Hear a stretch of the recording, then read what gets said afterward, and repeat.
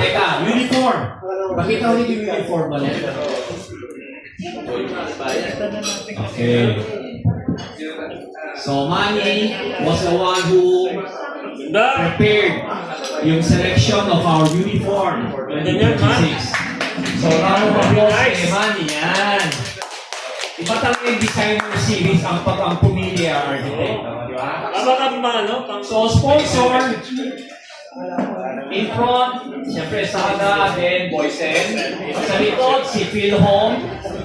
On the left is Emerald 5. On the other side is Fomi. Yay! Tsaka 26th year ng Saga. 26th year. So, kindly specify your size so we can order. Then before we release the shirt, kindly pay your dues.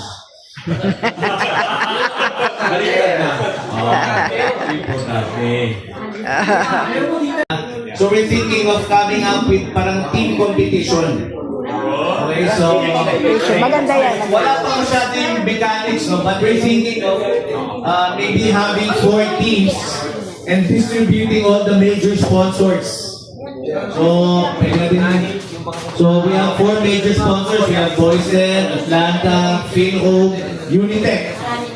So out of those 4 teams, we'll get some more sponsors and then we'll do the mix. And then we'll add members. And then we'll add associates. Then we'll add associates, no? Members lang and associates. Let me add. Listen na. Saga will come up with a team event. So we will form 5 teams. For example, Boysen, Saber, Philhome. Each team will comprise of 12 to 15 members. I'm going to put in budget. Minimum 100,000. Wow! Team.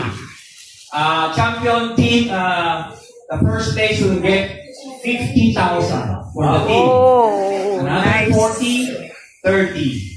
Then kung maganda ang response, dagdagan pa natin. Okay? Yay! Basta 150,000. Yay! So, Wow! if your team, say nanalo na ang champion, 10 to count. Not 30 pa 5,000. Okay ba yun? Yay! Yay! Dahil kayo, say, Boysen team versus Philhome team, babantayin niyo yung Philhome team, ang Boysen team, babantayin niyo rin para fair ang laro. Okay? Ano yan gusto mo yan, sir? You're good na. Your next year. It's here. Okay. Combination to be on December. Yeah. Yeah. We need you.